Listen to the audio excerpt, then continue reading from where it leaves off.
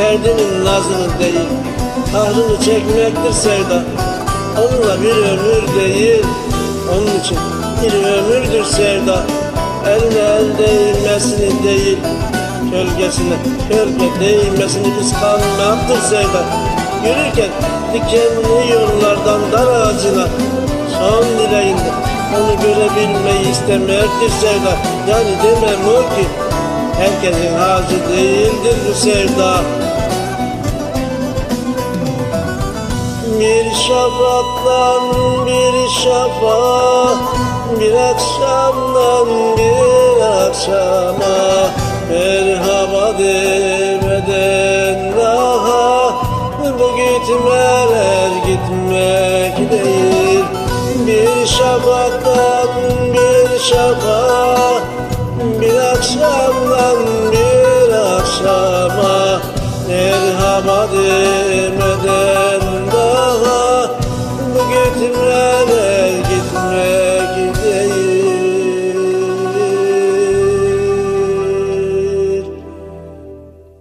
Değil salkım söğüt değil, bu benimki sevda değil. Eğil yağmur rüzgar değil, bu benim sevda değil. Eğil salkım söğüt değil, bu benimki sevda değil.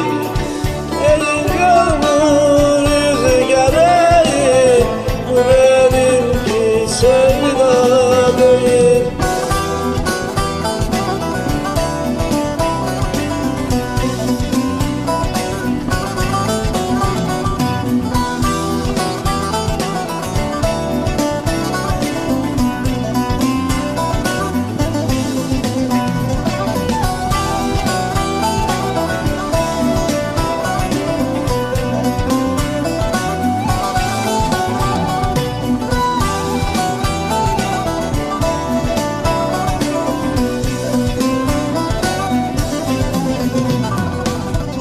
Eğil dalda bükül demir, güzelliğin gerçek değil. Penceren kör, kapın kilitli, bu bendeki seyir değil. Eğil dalda bükül demir, güzelliğin gerçek değil. Penceren kör, kapın kilitli, bu bendeki seyir değil.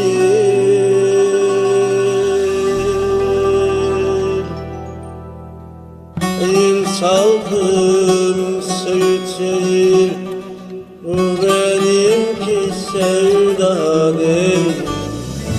Eğil yağmur rüzgar değil, bu benimki sevda değil.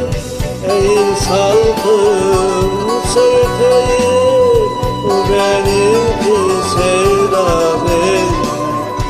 Eğil yağmur rüzgar değil, bu benimki sevda değil.